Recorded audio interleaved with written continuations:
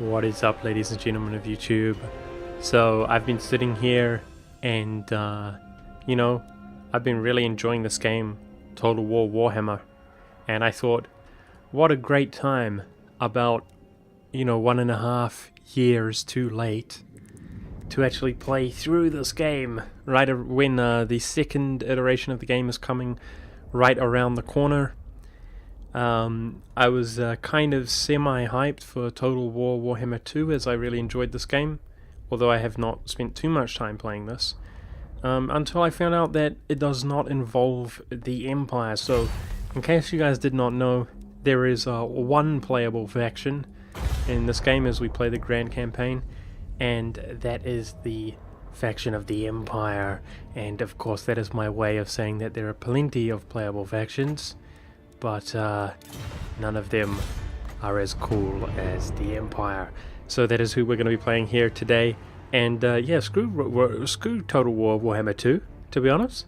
Do you think I really care? No, couldn't care less about elves, because we're going to be busy here playing the Empire. I want to talk really briefly about the way that this faction actually works. They have a well-rounded unit roster, which means they're kind of pretty versatile, but their strength is actually, honestly, it's actually their war machines. They have the best, if not the equally the best, with the dwarfs. I think actually, quite frankly, they have the best artillery, to put it simply. And for that reason, they can be played in their late game as quite defensive with their wizards and so on that they have. But they also have Empire officers, where lords can be assigned an office. Your lords are essentially your generals in this game, and that office grants a unique title, but which actually has in-game bonuses, so that's really cool. And I want to talk briefly about my experience playing this game so far. I have played this game and I proceeded to get absolutely owned. I meddled around on each different faction, but I'm talking about when I finally realized I enjoy the Empire the most. I proceeded to do quite poorly, so I started again, and I proceeded to do very well, or so I thought, until the Chaos faction spawned, and then I proceeded to get owned. So with no further ado, that is why I'm going to be playing through the Grand Campaign as the nation, or the faction of the Empire, with the Emperor Karl Franz himself, for the third time on Legendary difficulty. So Legendary difficulty does, it's essentially Iron Man mode, but it also does not allow you to issue orders in combat when the battle is paused. Absolutely brutal. We also will not be playing the introduction sort of tutorial, which I am actually going to skip the starting cinematic because it kind of leads into that. And yeah, unfortunately you can't do that well on Legendary difficulty. It kind of assumes that you're a pro and you've already experienced the game, which is fine for me, but those of you watching who haven't seen it, you're going to miss out on that. It's no big deal. I will make sure that we are caught up. But the Emperor Karl Franz himself, his Lord effects are that he gives 5% increased campaign movement range to all characters, and 10% reduced upkeep cost for Reichsguard and Greatsword units. He also gives any new Lord, which is again your generals, your armies, that you recruit, begins with 2 additional ranks, which is really cool. They essentially start at rank 3 instead of rank 1. So for example, if we pick Balthazar, he's very wizardy, and he's got a nice buff to all forces, but when we hired our second army, it would be rank 1. In this case, it's going to be rank 3. And I really think the Emperor is the way to go, because when we do ultimately have access to Balthazar, he is going to begin at rank 3, whereas the Emperor would begin at rank 1 if we hired him. But also, the biggest awesome thing about Balthazar is he gives plus 10 armor to all units in all forces. So that's like a faction-wide buff. But the thing is, once we have multiple forces up and running, we can hire Balthazar, and it's just an instant buff to our whole faction. So I really like the Emperor myself personally. This is my least liked guy. Of the faith.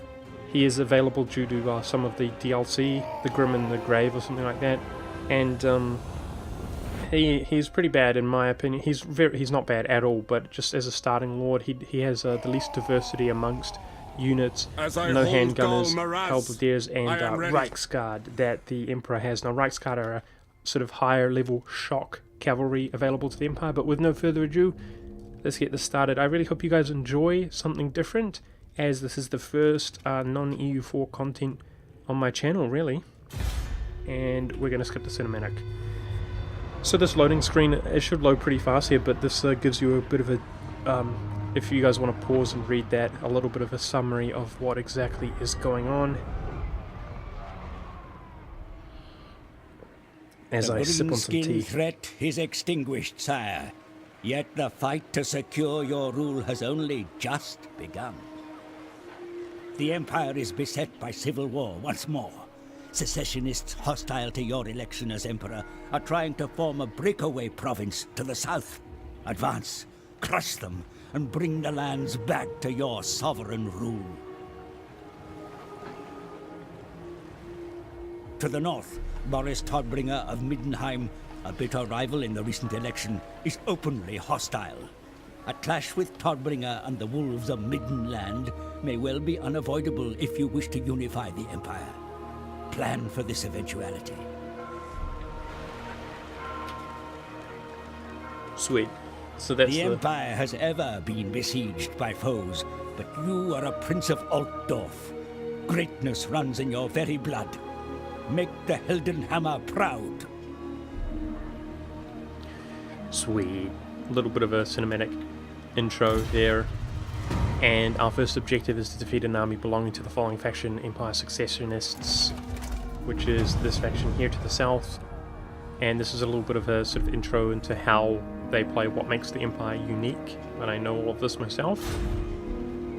Cool. Now, there are quite some RNG elements in this game off the onset, including I do want to hire an additional additional lord. So let's check out the things that we have available to us, the traits. We've got +2 leadership at the cost of -1 public order. Leadership is morale in this game. Unfortunately, I'm not the biggest fan of these art collectors, guys, and I mostly like the lords. We also have magnanimous, with income from all buildings in the local region, 5%. Well, okay. I don't like spurned. So our first lord is going to be a little bit of a governor by the looks of things. To strengthen the Empire. Here we go. Units of renown are, I'll explain what they do when they come into effect, for those of you who do not know. But this guy is going to serve us initially here as a little bit of a governor, with his 5% increase to the economy, the economic buildings in the province that he's in. And for that reason, I'm going to give them Route Marcher and Public Order. Route Marcher is 10% increased campaign movement range, +1 Public Order to the province. Public Order is a huge issue because you can see we get -8 due to our difficulty level. Absolutely brutal. I have a really overarching strategy that I want to sort of suggest to you guys and talk how I'm going to go ahead and attempt to win, I suppose, this campaign on legendary difficulty. I find this game to be quite difficult, guys, but let's go ahead and mix it up a little bit here by actually fighting the first battle here, and I will fight it out as well. I am going to be doing quite some auto resolving, but there are also scenario battles which cannot be auto resolved. But let's do the first battle here, and definitely give me feedback, guys, if you would like to see more battles and so on. Now, Helmut Ludenhoff, I used to consider him a brother until he betrayed me. The word on our lips here today, as the rightfully elected Emperor, the Prince of Altdorf, is unity. But unfortunately, the word on everybody else's lips is separatism.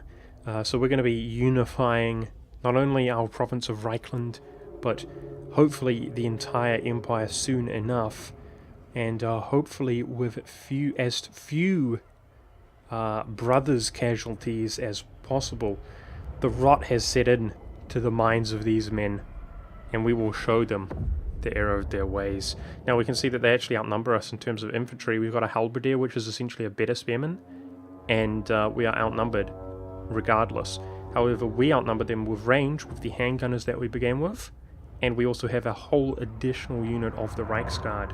Also, the Emperor Karl Franz actually has the duelist trait. So although he's very similar to a regular lord at level 1, I will not stand idle. he has the trait of being a duelist, and what that does, ordinarily, guys, lords, when they're surrounded in combat, they're forced to use an area of effect attack.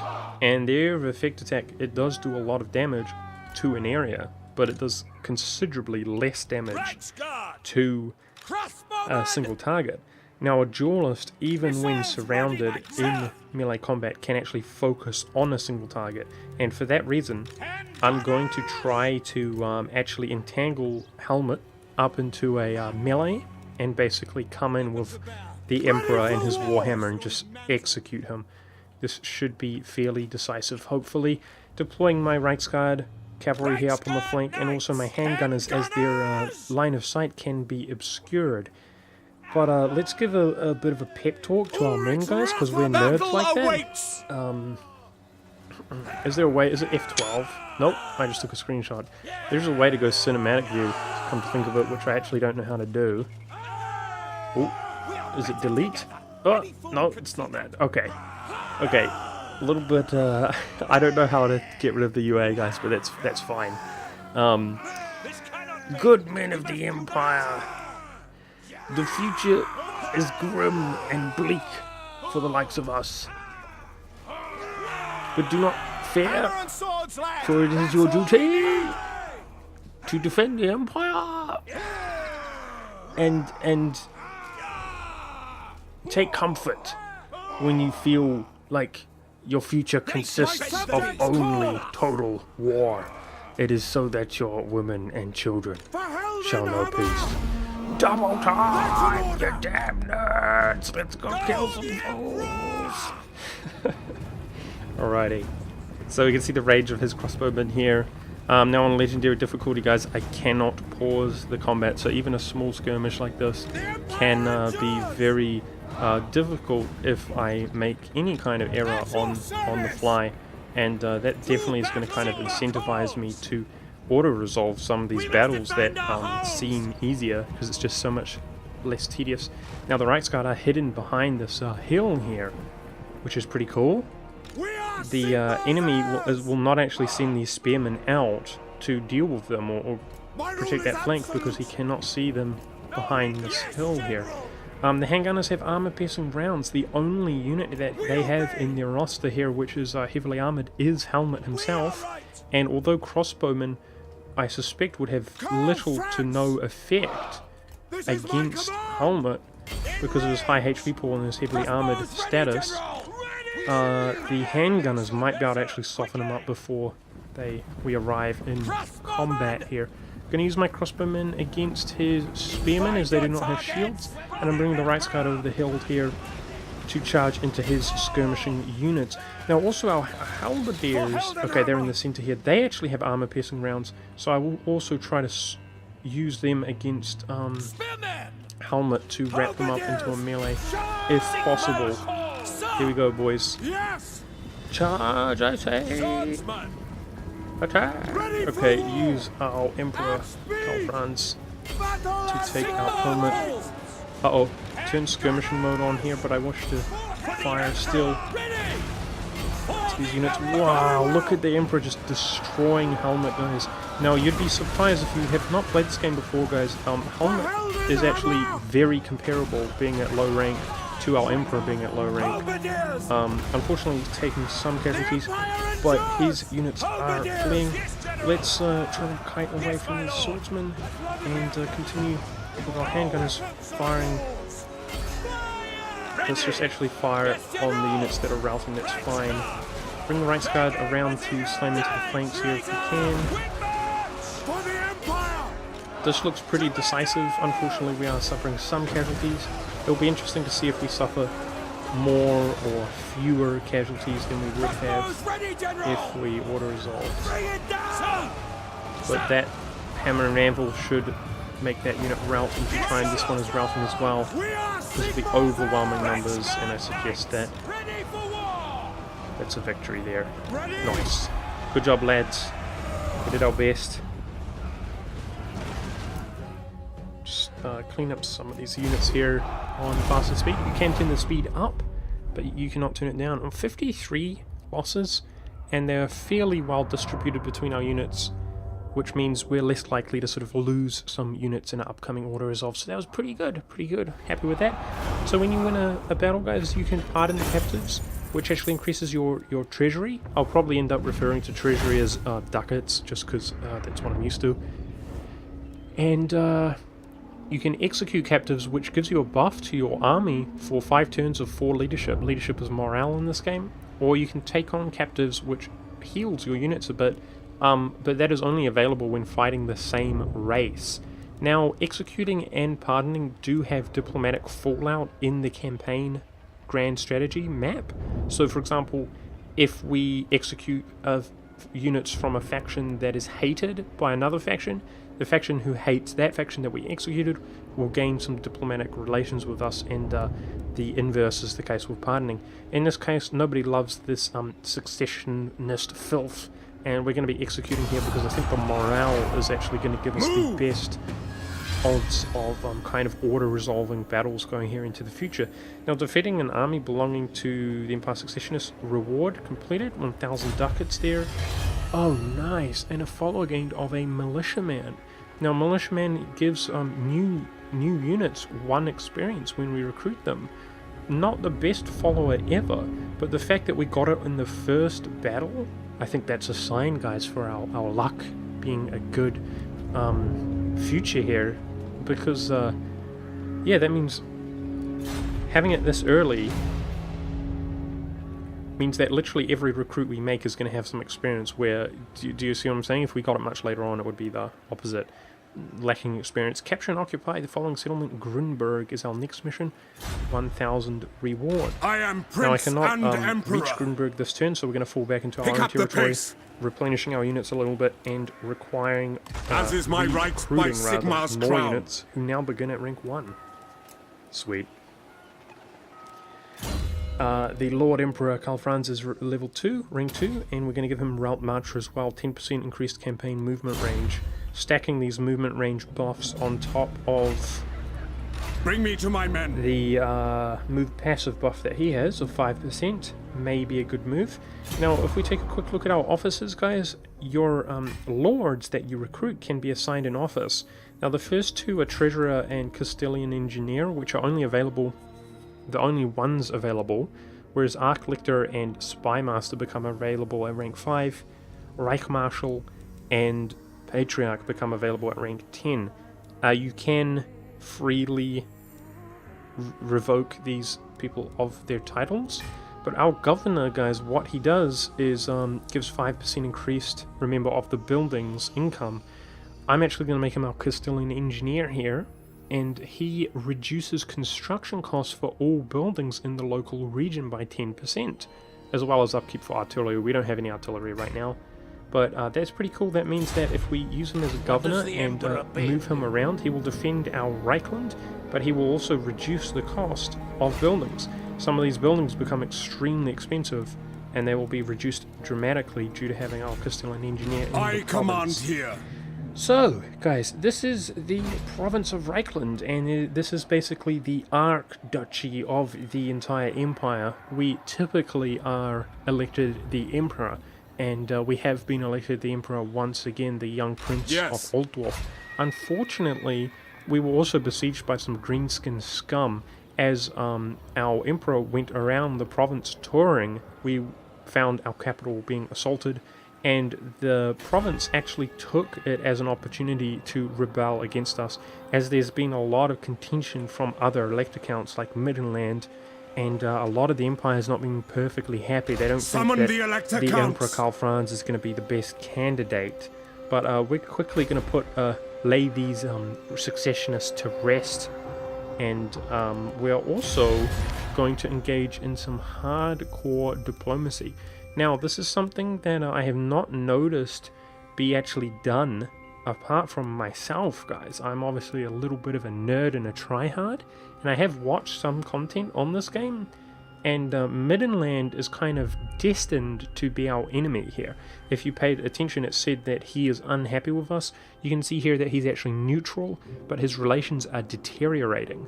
Now, when you increase your power and take a minimum of 3 provinces, which we will soon have, we actually become the lowest iteration of a great power, which just gives some passive malice to our neighbors, some aversion.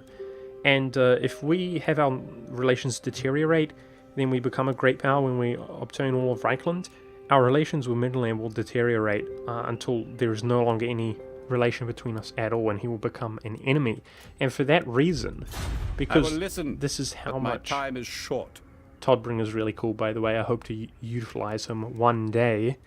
For that reason, this is how much of a good emperor we truly are. I'm going to go ahead and give him a medium gift here right off the bat, because we wish the best of luck. We're going to be the bigger man and actually be the bigger emperor, the best emperor. And we will now you can see that his relations are neutral and improving. I'm also, we can see here that we've got neutral, improving, and friendly. The other member of the empire is Marienburg. This is basically our resident Prussian badass. And he is currently at war with Britannia, so we don't have to worry about him just yet, but he is neutral. You can see by the shade of red, compared to other factions, that he's quite unhappy with us. He's on the verge of being unfriendly. We also begin at war with the Skull Smashers. I have to actually trespass through his land, which is going to piss him off, to deal with the Skull Smashers. So, I do have a plan to appease him, but if there was one overarching theme, guys, you can see all of the Empire provinces here. These are the different Empire factions. It would be diplomacy, and especially with the Empire provinces. That would be the overarching theme of this run. However, I'm going to be operating almost exclusively out of Reichland, and the reason is because I have a theory that, do you remember I said the Chaos spawned and they wrecked my face?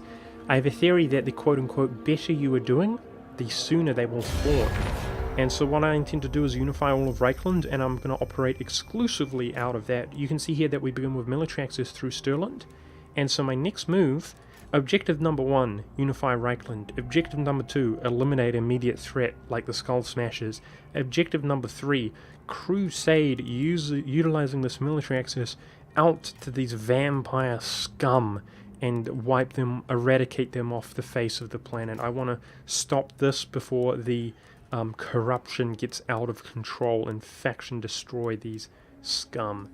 Objective number 4, if the Chaos have still not spawned, is going to be crusading into the north and dealing with these I was about to make an inappropriate joke. I was about to say liberals. Deal with these liberals in the north. Their insanity knows no bounds. They're on the verge of a full-blown communist revolution. chaos revolution, guys. Let's get this game started. I think that's the end of our first turn. Definitely chaotic people, guys, not communists. Definitely not synonymous there or anything like that. Also, actually, Kislev, I think I remember I traded with him one time. Yeah, we have trade available with him. It's interesting, I think it must be our port. We've got a port here, and we must be able to trade all the way through the River Reich and these seas to Troll Country, which he obtains. Kislev is not a member of the Empire, he's a big Russian bear here, and he owns all of this, but unfortunately he tends to get Recoronied. Let's try to be friends with him. Let us toast Urson to your arrival. Do not... Yeah, there we go. Cool. Got some trade. It's a little bit of economic action going on until into the future. Yeah, but enough ranting, guys. Let's see if I can unify the rest of our Reichland and complete our first objective here before we end this first episode. Alrighty. See, this is what I'm saying, guys. There is going to be a lot of this going into the future. This is pretty similar battle to the one we just fought. This is not actually assaulting a city in terms of the campaign map. The way that this game works is you only assault cities in the played battle if the city has walls. So in fact, what's actually happening here is they will basically sally forth out of the settlement and we fight it out over the settlement. But you can see it's clearly in our favor. I'm actually worried about losses though. Should we fight it? Let's fight it. Let's fight it. I want to in order to complete our objective here, I would love to suffer as few casualties as possible so that we can just keep a snowball going. Nice and decisive is what it's all about. Oh, looks like he's got a bit of a terrain advantage. My subjects call. We are the attackers, so we will most likely have to walk up to him. Okay, Reichsguard. We could go up the hill. We could go up the hill, just rush up the hill, and then we got a better flank, I would suggest, than going through the forest. Let's actually do the same thing with our handgunners. I'll try to put them on the high ground, but we got to keep in mind that they're not exactly being protected. Alright, same strategy here. Charge, I say! Watching his crossbow range, so I'm not deploying in range. He's just going to hold the high ground, the bastard. So if we can take out Helmet once and for all, he is wounded now, so he should be that much easier. I really wish to mass rout them if possible, so that we suffer as few casualties as possible. And let's go ahead and move up closer. Now the handgunners, I'm worried that we're going to be in range. Okay, he's detaching some, this is the general of their town, I think. That's why he's got a unique name. But he's just a general in this group of swordsmen, nothing special there. We should be watching those spearmen, because the Reichsguard are shock cavalry. Even though they're a very high tier unit, that's one thing that I love about this game, guys, is a very low tier spearman unit, for example, which is made to counter cavalry, very often will have quite the detrimental effect even to a higher tier cavalry, which is pretty cool. I think I really like the very well defined roles that your units tend to have in this game. Okay, he's charging upon me. That's not surprising. He may charge. He seems to be moving up because we actually outrange him. But where are our halberdiers? I should have had a little bit more awareness there. So we're going to use the same tactic to try to use the halberdiers if possible. Uh-oh, 10 skirmishing mode on here. Reichsguard go for the crossbowmen. Okay, see if we can rout Helmet and then mass rout them, hopefully. If we can come in from the flank. So this swordsman is not doing that much. We're firing upon him with our crossbowmen while we skirmish around. Okay, Helmet's routing here. He's broken, that's good. So I plan to go straight in here against the crossbowmen, which should rout them, their skirmishers, with our Reichsguard. And then quickly here, rush into the flank, if possible. This guy's not going to fare well, as the crossbowmen just continue firing upon him. The halberdiers, go, engage. This is my command!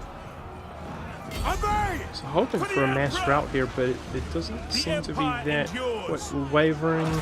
Yes. Break, I say. Broken. Very good. Unfortunately, these crossbowmen did not quite break. This guy's just running all over the show, eh? See if we can send the Reichsguard out of this melee, as they are not melee cavalry. Smash these crossbowmen again. The Empire endures! Reichsguard Knights! Let's have ya! Very well! By Gal Maraz!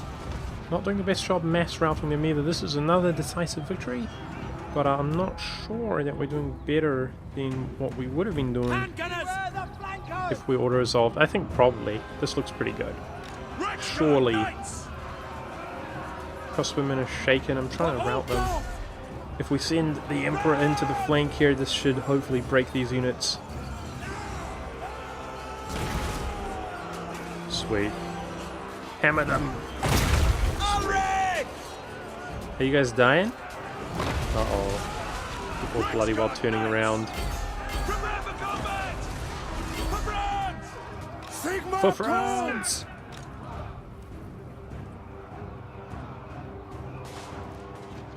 yeah, unfortunately the mass routing didn't seem to work out too well. I don't think charging these spearmen is the best idea unless we can charge into their flank, which that looks pretty good. He came for me. Die, you bastards!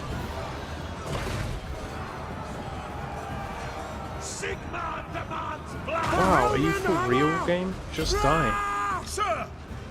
This is not working out how I had planned, guys. Broken. So hopefully we can mass route them now. Just break. For the Empire! Attack! Sweet. They all shattered. Okay. We don't need to worry about cleaning them up, as they will all be eliminated because they're inside a battle, inside a fort. Okay, so we did pretty good there. Pretty good. Unfortunately, the Emperor took too much damage, more than I would like. I think probably suffered fewer casualties than Order Resolve, as it was fairly even, the odds. And we're going to be occupying Nuremberg, which was our mission completed. Helmet has been eliminated. 1,000 reward. Your burgeoning realm grows, Your Eminence, yet many evils still abound in this world. The Empire remains divided, and marauding greenskins still threaten your lands. Further afield, there are rumors of a dark force rising in the east, spreading the taint of undeath. You must remain vigilant. Yeah, those vampiries. We know about them. Our next objective is to occupy, loot, raise, or sack 2 different settlements. These will be the obvious settlements to complete that mission with 2,000 reward. And a quest issued, win the Battle of Bloodpine Woods, which gives us the reward of a Battle Wizard, sweet, and a Sword of Striking, which is a common weapon. At the moment we don't appear to have a weapon, so even though it's common, it gives 2 melee attack and 4% charge bonus. That's pretty good. And we're not actually going to be doing that anytime soon. Definitely not in this episode. I'm going to go for Fervent with the Emperor, which reduces Vampiric and Chaos Corruption. He basically has a nice aura of cleansing stuff. As is my right by Sigmar's crown. And let me think. Our Castilian engineer Boris is actually going to go scout on this area, Helmgart, see what's going on. Okay. I refuse. Hans Zintler, this is probably their faction leader, and this is their capital here, which is not the capital of the province. Altdorf is much more valuable, but I suggest that they're recruiting from that. They are mustering. I suggest that they have a from memory, they have a what is it called, a training field there. Now guys, by the way, we also have technologies available, but they only become available when we build certain buildings. If you've been paying attention, you'll notice that I have not been upgrading our training field to our rallying field, and the reason is because the highest level barracks is available to be built in a regular town. A regular town can go up to 3 tier, and so does the barracks, whereas the capital can go up to what, tier 5. And see, things like this, if we had a port in a regular town, we could upgrade it to an imperial harbour, but we could not upgrade it to an imperial port unless it's in the capital. For that reason, I'm actually going to demolish this building and free up the slot. And we're going to use the rallying field in Helmgart that he's recruiting from. Now, I'm also... the dream. I was about to say I'm also looking out for another lord, even though this is a bit too early and it's really going to cost our economy. I'm wanting to look out for somebody who can be a general going into the future. And Marcus Roxburger is going to be our main man. He has probably the best military trait available, which is just straight up 4 attack and 6 leadership. Blood Feud. Sweet. Sweet, Marcus is our man. I'm going to be hiring him, guys. Again, just to reiterate, this is going to be very detrimental on the economy. It's a bit early to do this, but it's an investment that I want to take, because I am going to be wanting at least 3 soldiers, and yeah, we're going to take the Blood Feud while we can get it. Now here I'm going to give him Fervent as well. I am going for this line on all of our lords, by the way, guys, because I'm rushing down Lightning Strike or Blitzkrieg. If you don't know what that does, don't worry about it. I'll make sure you do before it becomes relevant. now that we've taken Grunberg, we have trading routes available with some of these guys. Greetings on behalf of the Empire. Uh-oh, Vesselland does not like us so much. Stirland Greetings, my has a countrymen. nicer shade of green, but he doesn't want to trade with us. Look at Midland, by the way, friendly. Sweet. Thanks to their gift. So let's get some non-aggression. Oh, nice. Some trade. And he wants high chance there. So let's see if we can demand a payment of like 500. Sweet. So we got non-aggression trade with Talabakland. And he gave us a little bit of money. So relations are doing really well with him. Now Midland. By Sigma's will. Non-aggression. Sweet. The plan. El Worko. That's really cool. Let me think. Approach and make your offer. That's it. That's it for now. That's our turn. I hope I'm not forgetting anything. I did forget something. I should have made Marcus our treasurer title for now. Unfortunately, it's whatever. Treasurer only gives us a small amount. We can see the Empire Successionists are baited in here by Boris, but if I retreat, he should not be able to reach us. So that was quite a good move, guys. He's marching back to get near to his capital, but he actually is not going to be spending this turn mustering troops, because you cannot muster troops while marching. Now the Crooked Moon is actually looking really out of position if we were to attack him, and in fact, the Crooked Moon is hated, guys, by a lot of the neighbors. I think he just kind of forced my hand by walking onto my territory. Let's make Marcus our treasurer. So if we take a look at our upkeep, it improved by about 20. There we go. Not much, but this passive bonus is faction-wide of increased trade and income from all buildings, and it will scale up. The better our economy does, the better that scaling will increase there. But what I'm interested in is Vesselland would like it if we attack Crooked Moon, and so would these dwarves, in fact. Usually from my experience, it's hard to get diplomatic things like non-aggression with other races like dwarves. However, what if I ask him non-aggression to join war against Crooked Moon? Sweet. That was a nice cheeky move there. Diplomatic move. And now, there's no way he would have walked here if he was at war with us, because he's vulnerable. But the Empire. Something wrong with your head? He's completely out of position here. If we take out these troops, the dwarfs should be able to sack his capital and hopefully faction destroyed. So let's go ahead and stack. Now I do want to complete our first objective, guys, of uniting Reichland if possible in the first episode here. So I am going to auto-resolve. These are some greenskins, but you can see here that they're almost entirely goblins. Goblins are quite weak and they have poor morale if you look up there. But they have a fair amount of numbers. Bring me to my men. As we only have 60, they have 80.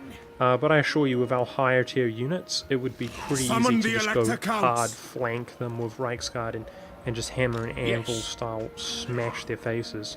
But because he just used his one retreat that you have each turn, I'm going to move our engineer in here to assist us and also gain some experience. And this should be a stickety stack wide. Just war. He should be... Look at those odds. That looks pretty good to me. Yeah, so I am auto-resolving that is what I'm trying to say. And we're executing for diplomatic favour with Vessenland, but also those dwarfs. So onwards! Oh, sweet. Monster Tracker trait gained 5 attack versus large units. A little banner there. That's a pretty crappy banner, actually. Oh, an uncommon weapon, though. That's good. The Mace of Hallstrom, which has an effect of 18 armor-piercing damage and 22% weapon damage. Sweet. We got a nice uncommon weapon that was on our Boris. Yes. We're going to switch it out to give it to the Empress. The Emperor's going to be doing most of the work. And I'm going to upgrade Fervent even more. Now, I would like to hit his capital just for the economic purposes, but let's push the advantage against the Empire Successionists. We should be able to reach their next turn, because I do not wish for him to hire too many reinforcements. Now, I am Prince and Emperor. You feel me? Yes, my lord. I'm also going to bring Marcus along as well. Let's force march him in to get in range so he's not vulnerable. As long as you're in this, you see the red range, then if they attack him, we will have reinforcements here. So let's bring everybody along to get some nice experience. And I'm tempted to upgrade Grinberg actually while we're here. Let's do it. Spend our... No! I want to save my surplus population to upgrade Helmgard as soon as possible. In order to, how do you say, upgrade the training field or whatever it's called to the rallying field, because this is we're gonna focus on Helmgard a little bit because it's kind of like our capital city there, due to my actions. Now, confederation between the dwarfs, that means diplo annexation. As the empire, Yes, we are able to diplo annex any empire province, guys. And that's the reason I want really good diplomacy with everybody. I'm going to go so far, in fact, to actually give money away like I have previously. So? What does the Emperor bid? Bring me to my men. This should be pretty standard stuff. I think we have overwhelming numbers. We can just take them out with auto resolve. But I'm trying to think if we could hit both of these provinces.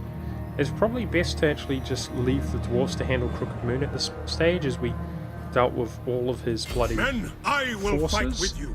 He's just got one lord and a capital city. War call. Nice. Look at these auto-resolve odds. Put our banner on our lord here, our emperor, which gives 15% increased unit speed. Those are pretty good odds, guys, even without the reinforcements. These level 3 lords, they will have an impact, that's for sure. Especially this guy with blood feud, Marcus Roxburger. I will not obey. He's a badass. Attack!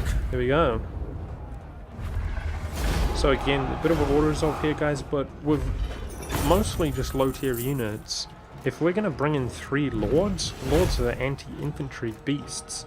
We're just going to absolutely have our way with them. So definitely give me your feedback if you would like to see me doing more battles, even more mundane battles. I will consider it. But so yeah, I mean that just seems like an easy choice there for me to auto resolve. So long, we're gonna max out Fervent here on the Lord Emperor, and next turn we're gonna be taking Alhart here. So I'm gonna demolish our training field in Altdorf and use our Castilian engineer here to upgrade Helmgard for a reduced price, so that we can upgrade the training field to a rallying field here. Getting some experience here. And I'm going to put it into more public order. I am disciplinary here on our governor, Castilian Engineer Boris. I'm wondering about these guys here. We do want to continue doing more recruiting, and I'm going I see no other option. Get actually a Free Company Militia. Free Company Militia is a cool little unit. They are kind of like a melee and ranged unit combined. They're kind of not the best at either, but not the worst at either as well. It's kind of like a worst of both worlds. What am I saying? They're like a jack of all trades, master of none kind of low tier unit. And it takes 1 turn to move it over. I'm gonna put the follower, the militiaman, on Marcus, where we're gonna begin recruiting some troops from. They can get some experience as well. But that's about it. Yes, so we've now become a great power, guys, as you can see. So Vessenland, even though you can see all the green modifiers, he likes our actions against Crooked Moon, for example. We're actually deteriorating. The same with Stirland. So Midland and Talabakland really like us, but Stirland and Vessenland not so much. And that's because we just became a great power. So if we could get treaties like trade, it's really important that we don't let our relations deteriorate with Stirland, guys, because we need that military access to complete our objectives. So I'm going to be offering some money for trade. He doesn't want it. In that case, this is how dedicated I am to... But are we not all sons of Sigmar? Diplomacy, guys. I'm going to be giving him a medium gift, and there we go. That should outweigh our negative modifiers. We only have 700 remaining. I'm going to give a small gift to Vesselland, so that helps outweigh our negative modifiers as well. Now Vesselland likes us more because of the actions against Crooked Moon, so hopefully we can build relations with those guys to the south and southeast. But we're coming to the end of our first episode here, guys, Ready. and why don't I first... Marcus, Lord. I'm most interested, Treasurer Marcus, in gaining some experience. Pick up the pace. So, this is stressing me out that I thought the dwarves that the Crooked Moon are at war with would go push the advantage and take him out, but they're not doing Summon the that. Elector Counts. Let's get Marcus some experience To and war. go destroy Eilhart here, which is the last we must bastion of the attack. Empire Successionists, and it is nothing more than a glorified villa. I say nothing but swordsmen, two spearmen with shields and 2 crossbowmen. We'll make short work of that with our large army that we have mustered here. Occupying that, completing our mission of On it. occupying, looting, sacking 2 settlements, and securing the province of Reichland. These separatist faction, the Empire Successionists, has been destroyed, and we're going to follow who increases the mana, basically, Winds of Magic.